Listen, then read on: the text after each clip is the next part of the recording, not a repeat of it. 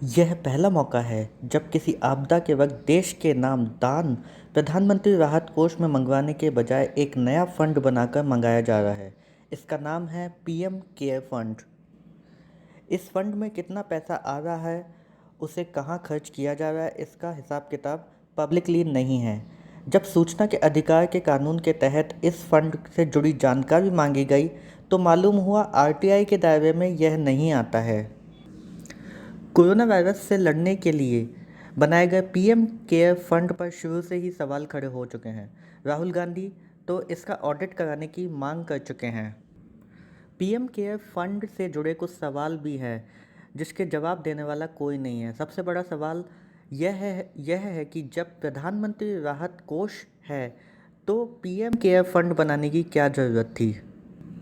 28 मार्च को प्रधानमंत्री नरेंद्र मोदी ने पीएम केयर फंड का ऐलान किया था ताकि कोरोना से लड़ने के लिए लोग अपनी इच्छा से डोनेट कर सकें। लेकिन 3 दिन बाद 1 अप्रैल को एक आरटीआई दाखिल की गई जिसमें यह फंड से जुड़ी जानकारी मांगी गई थी। आरटीआई दाखिल होने के बाद 30 दिन के भीतर उसका जवाब देना होता है, लेकिन यहाँ भी देरी हुई। 29 मई को पीएमओ से इसका जवाब आया कि पीएम केयर फंड ऑथराइज्ड नहीं है, लिहाजा इसकी जानकारी पब्लिकली नहीं दी जा सकती है। इसके बाद पीएम केयर फंड में कितना डोनेशन आ चुका है, 28 मार्च के बाद से 4 जून तक सारी जानकारी खंगाली गई। इसमें पता चला कि 69 दिनों में इस फंड में कम से कम 9,690 करोड़ रुपए आ चुके हैं। हालांकि बहुत सारी संस्थाएं और सेलिब्रिटी ऐसे भी हैं जिन्होंने पीएम केयर फंड में डोनेट तो किया, लेकिन यह नहीं बताया कि कितना डोनेट किया है। इसमें आम लोगों के डोनेशन की भी जानकारी नहीं है। इसमें केवल वही जानकारियाँ पता लगी जो केवल मीडिया में आ चुकी थी। इसमें सबसे ज़्यादा डोनेशन 5,349 करोड़ रुपये सरकारी संस्थाओं से सरकारी कर्मचारियों की एक दिन की तनख्वाह से मिले हैं, जबकि निजी संस्थाओं और कॉरपोरेट कारोबारियों से 4223 करोड़ रुपए डोनेट हुए हैं। कोविड-19 से लड़ने के लिए बनाए गए इस फंड में 60% डोनेशन केवल 10 जगहों से आया है। सबसे ज़्यादा 1500 करोड़ रुपए का donation Tata Sons and trust ने दिया है। टाटा सन्स ने 500 करोड़ और टाटा ट्रस्ट ने 1000 करोड़ रुपए का डोनेशन इस फंड में दिया है।